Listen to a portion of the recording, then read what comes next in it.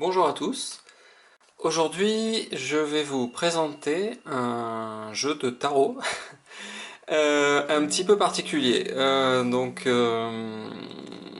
Peut-être la plupart d'entre vous, enfin ceux qui me suivent et qui me connaissent, savent que en général, je suis plutôt aficionado des jeux de tarot qui respectent plus ou moins, on va dire plutôt plus que moins on va dire le canevas originel des symboles du tarot. Et donc cette fois-ci, je vais un peu déroger à cette règle, hein, et je vais vous présenter ce jeu en fait qui s'appelle le Marseille 4 Tarot. Alors, qu'est-ce qui m'a plu dans ce jeu? Alors que c'est pas du tout mon habitude, hein, de prendre ce genre de jeu. Euh, j'utilise même pas le rider, donc le reader, donc c'est pour dire. C'est justement que, en fait, le jeu en général respecte assez bien la symbolique du tarot qu'on peut retrouver donc je sais pas, dans un dodal, dans un madonier ou un convers. À part que il fait intervenir, donc, comme vous le voyez ici, et comme son nom l'indique, des chats. Voilà. Donc on voit ici par exemple voilà, une reine de coupe. Et puis voilà, ici on a un roi de bâton. D'accord. Et puis derrière, voilà, on peut voir la justice. Donc on se rend bien compte que ce tarot en fait ben, est un peu particulier. Voilà, donc on va le découvrir ensemble. Alors je vais l'ouvrir. Voilà, je l'ai payé 18,40 €. Je sais qu'il a eu beaucoup de succès parce qu'en fait toutes les personnes à qui je l'ai montré ont été se l'acheter. Donc voilà. Donc quatre tarologues différents l'ont acheté. Certains sur internet, d'autres en boutique. Alors moi ça me paraît un tarot assez bien pour travailler par exemple avec les enfants. C'est assez ludique d'avoir des chats, mais on en retrouve quand même le tarot originel, plutôt tarot de Marseille pour ce qui est des majeurs. On verra que pour ce qui est des arcanes mineurs, c'est un peu différent. Voilà, donc on va l'ouvrir, et puis on va aller voir un peu ce qu'il y a dedans. Donc bon, bah ici on a une carte, hein. Alors on peut voir derrière, voilà, c'est assez sympa. Voilà, ça fait un peu penser à un jeu normal de cartes normales, mais bon voilà, avec les petits chats et tout. Alors, voyons voir un peu, on va séparer ça un petit peu, ces arcanes majeures d'abord. Donc voilà, on a ici alors le mat. Donc bon, ce qu'on peut voir ici par exemple, c'est que ici ils l'ont numéroté. Donc ils ont mis 1-0. Donc c'est un jeu un peu polémique, hein, comme vous savez sans doute, le mat c'est un 0, c'est un 22, bon, pour moi c'est aucun des deux. Mais bon voilà, là ils l'ont numéroté, alors on a ici les noms en anglais, et puis en bas on a les noms en français. Ici ils l'ont appelé Le Fou, donc ça fait référence à certains jeux de tarot qui portent pas le nom du mat mais qui portent le nom du fou. Donc voilà, donc on voit qu'ici, bon, globalement, on retrouve à peu près l'idée.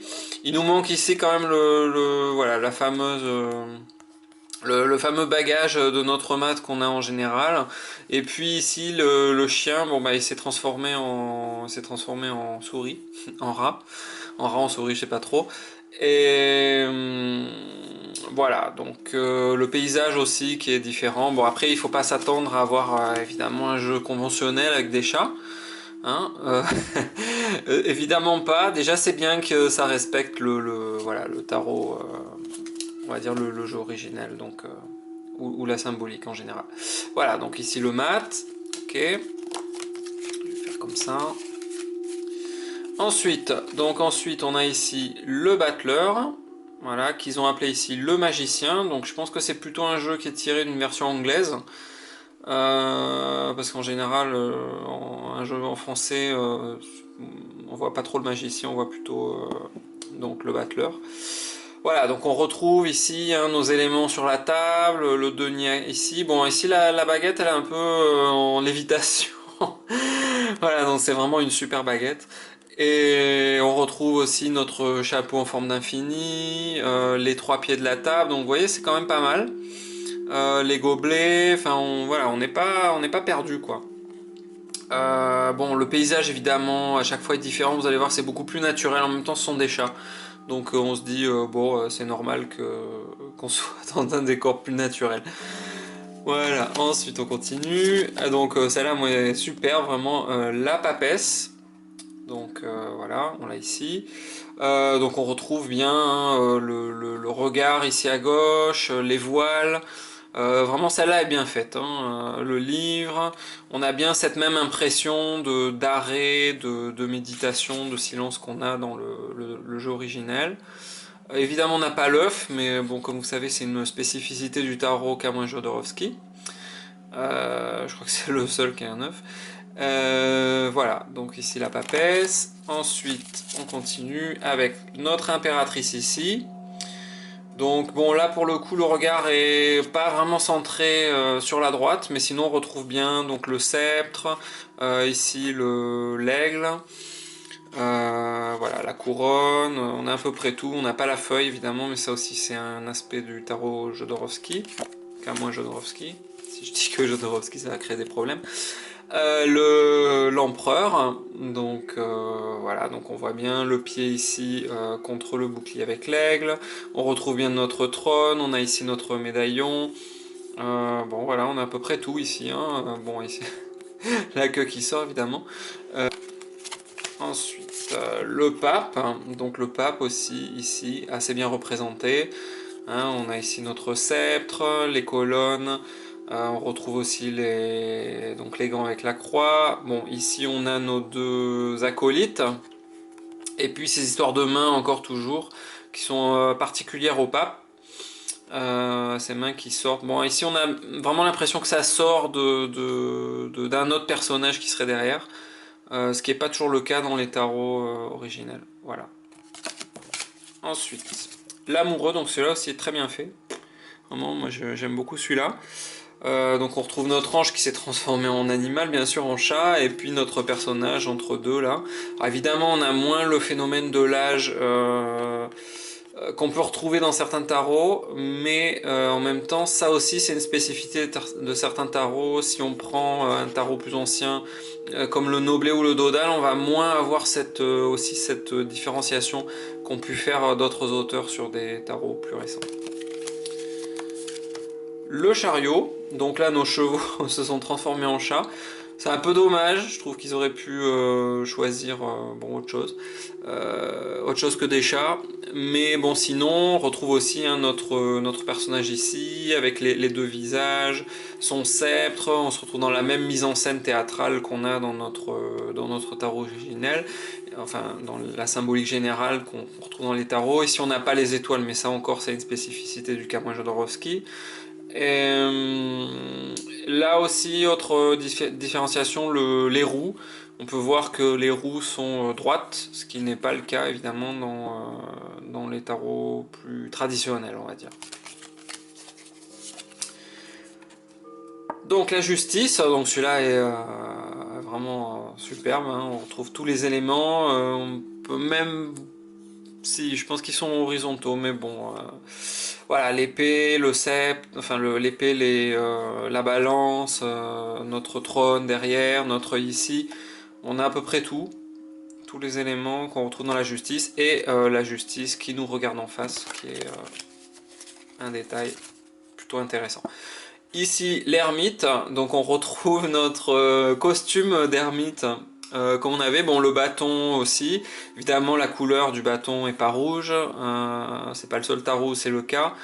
On retrouve notre lampe, donc on est vraiment dans la même symbolique, excepté le regard qui évidemment ici, le personnage nous regarde, or normalement on sait qu'il regarde sur la gauche. Mais bon, quand même bien réussi. Alors la roue, donc bon là, ça dépend. J'en ai un peu discuté avec d'autres personnes autour. Il y a des gens qui trouvent, enfin qui ont aimé la carte. Moi personnellement, pour moi, c'est une des moins réussies. On retrouve bien l'eau, mais alors là, on se retrouve sur la terre. On a ce personnage qui est ici passif devant la roue avec donc cette manivelle qui est dans l'autre sens, et puis les petits animaux là qui sont en fait qui sont extérieurs au personnage, ce qui est pas la suggestion du tarot plus traditionnel. Il y a une impression de passivité dans cette lame qui pour moi correspond pas vraiment à l'esprit de l'arcane initial de la roue. Mais bon, voilà. Ils se sont donné aussi quelques libertés, c'est aussi, on s'attend pas non plus avec des chats à avoir un tarot qui respecte totalement la norme, effectivement. Donc c'est pas trop grave, mais bon, je pense qu'ils auraient pu essayer de coller un peu plus. Bon, c'est pas grave. C'est aussi mon côté de vouloir que soit respectée la symbolique générale.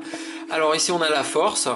Donc on retrouve beaucoup d'éléments, hein. Notre chapeau ici donc en forme d'infini, évidemment ce lion ou ce chien, avec le mouvement du personnage. On a l'impression cependant qu'il y a un peu plus de contraintes ici que dans la... Enfin moi je le ressens plus comme ça, comme plus de contraintes que dans la carte originale. On a aussi des éléments comme l'eau ici qui normalement figurent pas. Bon, ouais, vous allez me dire la queue non plus. Effectivement. Voilà, mais la carte est quand même jolie, hein. Il faut reconnaître, le travail est quand même superbe. Le pendu. Bon, alors là, on a plusieurs éléments, hein. Le tronc, effectivement, pour ceux qui font un peu du tarot psy et qui se réfèrent à une symbolique plus familiale, bon là il manque des choses évidemment, le personnage ne nous regarde pas, donc c'est quand même un peu dommage pour la carte du pendu qu'on n'ait pas ce regard. De même, on n'a pas cette sensation de sortir de la matrice comme on a dans le tarot originel. Mais bon, le personnage lui est bien pendu, il est vraiment vraiment bien attaché celui-ci, hein. Normalement c'est quand même beaucoup moins évident l'attachement, hein, de la corde sur le personnage que dans cette version-ci. Ensuite, donc on a la mort, ici ils l'ont appelé la mort, hein, donc voilà, l'arcane sans nom, qui ici clairement a un nom, donc on perd un peu cet aspect... Alors là, pour moi, l'arcane est vraiment plus mélodramatique, à la limite que le plus sombre, enfin moi je la trouve plus sombre. Alors les avis sont partagés sur cet arcane, parce qu'en fait j'ai échangé avec avec les personnes qui l'ont vu. Et alors vraiment, c'est rigolo comme notre projection, non, sur les éléments. Comme le vécu était vraiment différent. Il y a des gens qui l'ont trouvé très dur, moi je la trouve dramatique mais pas vraiment dure. Du fait que ici le personnage interagit avec le chat a l'air quand même plutôt décontracté, plutôt content, il se fait gratter le ventre. Donc moi je la vois pas dure, je la vois vraiment plutôt dramatique, quoi, plutôt avec une mise en scène un peu lourde. Bon, on n'a pas les personnages coupés, tout ce qui est pas mal si on travaille avec des enfants avec ce tarot, que ce soit quand même moins sanglant que la carte originale. Continue. Donc ici, tempérance. Bon, alors, on retrouve bien l'ange. Ici, il nous manque notre fleur, là, notre optimisme, notre pensée légère. De même, je trouve que dans les jarres, le mouvement de l'eau est moins dynamique. On a plus la sensation que ça va d'une jarre à l'autre, qu'il y a un échange réellement entre les jarres. Bon, là, on a ce décor qui est particulier. Mais bon, sinon, on retrouve effectivement en général, hein, l'ange et l'échange d'eau entre les deux récipients, ce qui est quand même la thématique principale, enfin la symbolique principale plutôt, mais bon, après il y a quelques libertés. Le diable, alors là, bon, effectivement, on n'a pas de sexe, c'est clair. Tous les organes sexuels ont disparu, les yeux aussi, là, il nous manque des yeux. Les personnages, bon, ils sont évidemment plus, hein, c'est plus infantile comme présentation. Mais quand même, on a on retrouve cet attachement, donc ils ont quand même respecté un des sens du diable qui est nos addictions, non, notre attachement ouais, non, pas, par notre esprit, tout ce qui est un peu notre côté obscur qui nous lie en fait. Bon, on retrouve ici le feu. Bon, après, il y a un décor beaucoup plus feu. On a quand même notre sol noir ici, donc non, c'est pas mal. C'est pas mal. Alors, bon, la maison de Dieu, qu'ici ils ont appelé la tour, hein, donc c'est un changement aussi de nom. Là aussi, je trouve qu'on est dans un décor beaucoup plus dramatique. On n'a pas la couronne ici, on est plutôt dans une tour cassée. C'est beaucoup plus fort, quoi. Je trouve la symbolique. Ce personnage-là qui se jette en fait de cette tour plutôt que de sortir. Enfin, on a l'impression quand même de quelque chose de plus dur. C'est difficile avec cette lame de voir l'aspect festif qu'on peut voir avec cet arcane dans un tarot comme le Camouin Jodorowsky par exemple. C'est beaucoup plus sombre. Bon, voilà. Ensuite, donc l'étoile. Donc là, bon ben, évidemment la nudité. Bon, le personnage n'a pas d'habit, c'est vrai. Bon, au niveau des étoiles, on retrouve pas vraiment, on retrouve la symbolique générale, mais bon, après, il n'y a pas trop de respect de numérique. Effectivement, donc là, on verse nos jarres. On est un peu dans le même esprit. Sur ce plan, on a notre oiseau ici. Bon, il n'est pas posé sur un arbre, mais bon, on retrouve l'arbre. Bon, on va dire que globalement, ça reste quand même hein, d'ensemencer avec cette eau, un petit peu de nourrir un petit peu la terre avec cette eau. Donc on reste, et la présence de l'eau prépondérante, on reste quand même dans l'idée. Celle-ci est très bien faite, vraiment, moi j'ai beaucoup aimé. Donc on retrouve nos chiens, effectivement, les gouttes, la lune, enfin on a vraiment tous les éléments jusqu'à l'écrevisse là, l'eau. Bon, le seul point peut-être c'est qu'on a l'impression que c'est en fait un même bâtiment cassé, alors que bon, normalement ça donne l'impression de deux. Mais bon, vraiment elle est magnifique quoi, vraiment superbe. Le soleil, alors là aussi un peu de surprise. Donc on retrouve notre soleil de personnages, effectivement. Ils nous ont même remis les couleurs des écharpes là, qui normalement sont deux. Le mur, bon, ils ont accentué l'idée de soleil avec donc le tournesol. Après, sur l'interaction des personnages, bon, c'est un peu dommage qu'on sente pas on sente pas justement la relation qu'il y a. Ils sont comme un peu posés là, on n'a pas l'impression que vraiment ils interagissent entre eux.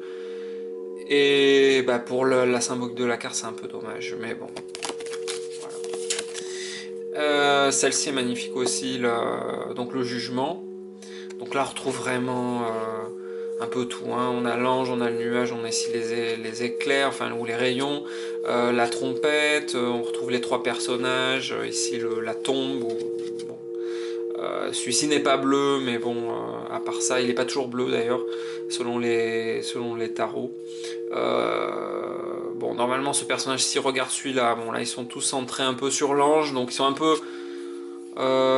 plus en attente du ciel, on va dire, que dans un tarot normal, où il y a un peu plus de terre, hein, c'est un peu plus terrien normalement. Mais bon, sinon, vraiment bien réussi. Et enfin, pour terminer avec ça, nous avons ici le monde. Donc ils nous ont remis des personnages ici, hein. Donc là on a voilà, le bœuf est devenu un rat, pardon, qu'est-ce que je dis, le bœuf est devenu un rat, le lion est devenu un chien, bon l'aigle est resté un aigle, et puis ici l'ange est devenu un chat. Voilà, et on retrouve, bon ici on a deux baguettes, ça dépend des tarots aussi évidemment. On retrouve notre mandorve ici, donc là on est aussi dans le respect de la symbolique. Après au niveau des énergies ici, bon, c'est un peu plus esthétique que réellement symbolique par rapport aux autres arcanes. Mais bon, voilà, c'est quand même bien respecté. Donc on va dire qu'en général, pour les... Bon, j'ai fait quand même beaucoup de commentaires bon, pour montrer un peu ce qui était différent. Effectivement, il y a beaucoup de différences si on regarde comme ça.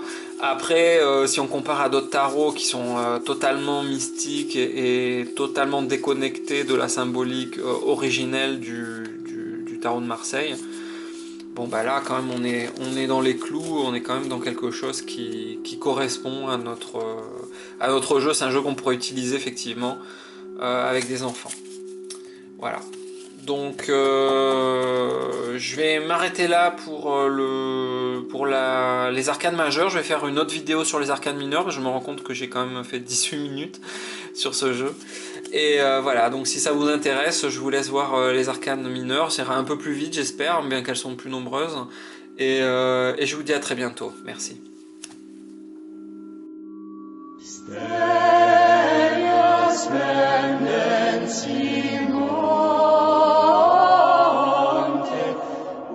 Solis